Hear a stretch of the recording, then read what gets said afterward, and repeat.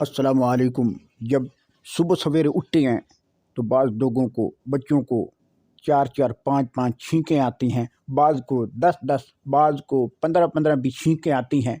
तो होता क्या है कि छींकें आने से आपका जो गला है उसके अंदर सोजिश हो जाती है, सूजन हो जाती है, नाक के अंदर जो है सोजिश हो जाती है, नाक में बहुत पानी बहता रहता है, और उसके साथ साथ आँखों को बहुत ज़्यादा एलर्जी होती है, गले को बहुत ज़्यादा एलर्जी होती है। उसके साथ साथ कानों के अंदर भी एलर्जी शुरू हो जाती है जब छींकें आना शुरू होती हैं। तो ये छींकें आती क्यों हैं, किस वजह से आती हैं, और आज इसका जो इलाज है वो मैं आपको बताने जा रहा हूँ। अगर आप नाक की एलर्जी, नाक की बंदिश का इलाज वक्त पर नहीं करेंगे तो आपको बहुत सी बीमारियाँ लग सकती हैं। कौन सी बीमारी लग सकती है वो मैं आपको बताने जा रहा हूँ।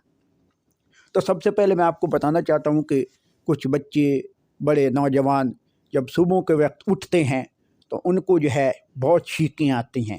छींकें इतनी आती हैं कि एक तो ये होता है कि बाज़ औक़ात किन को मामूली 1-2 आती हैं, किन को ये होता है कि सारा दिन छींकें आती रहती हैं।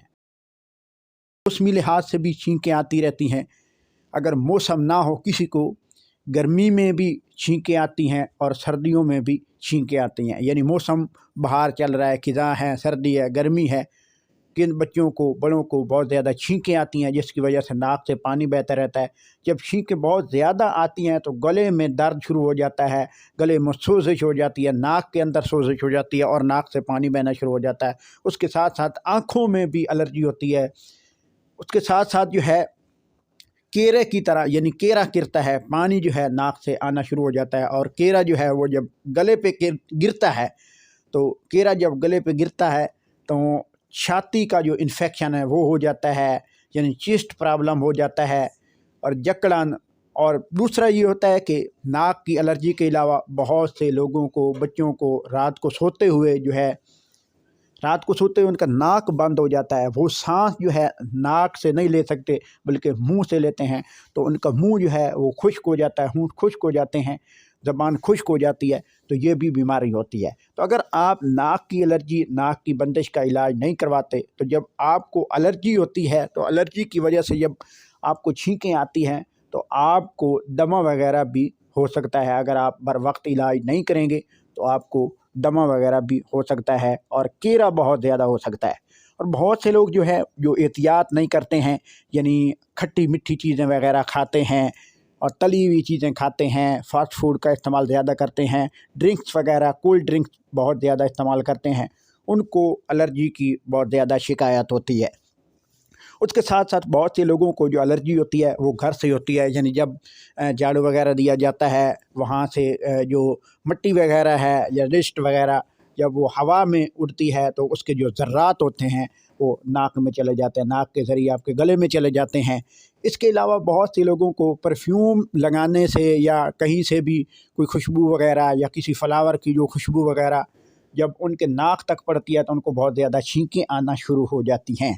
उसके अलावा जो है बहुत से लोग जो है जिनको छींकें किस वजह से आती हैं, यानी बाज़ औक़ात जो है आप किसी जगह पे जाते हैं, वहाँ पे या गाड़ियों का धुआं है, वहाँ पे फैक्ट्रियों का धुआं है, और माहौल जब ख़राब होता है उसमें हवा जो है आलूदा होती है। तो जब हवा जो है आपके नाक को पड़ती है या सुबह के वक्त आप उठते हैं तो आपके नाक को जब थोड़ी सी हवा जब अंदर जाती है, नथने खुले होते हैं नाक के, तो जब अंदर जाती है तो वहाँ से बहुत जल्द छींकें आना शुरू हो जाती हैं। तो ये छींकें जो है ये एलर्जी, बहुत ज़्यादा एलर्जी होती है, और बहुत ज़्यादा एलर्जी होने की वजह से गले में बहुत ज़्यादा प्रॉब्लम, खांसी बहुत शदीद होना, खांसी में यानी दौरों की तरह होती है, और नाक में, आँखों में बहुत ज़्यादा पानी आता है। और कुछ लोगों को जो एलर्जी होती है वो घर से, यानी जब खाना पकाया जाता है तो मिसाले वगैरह की जो खुशबू आती है उससे भी नाक से जो है पानी बहना शुरू हो जाता है और छींकें आना शुरू हो जाती हैं।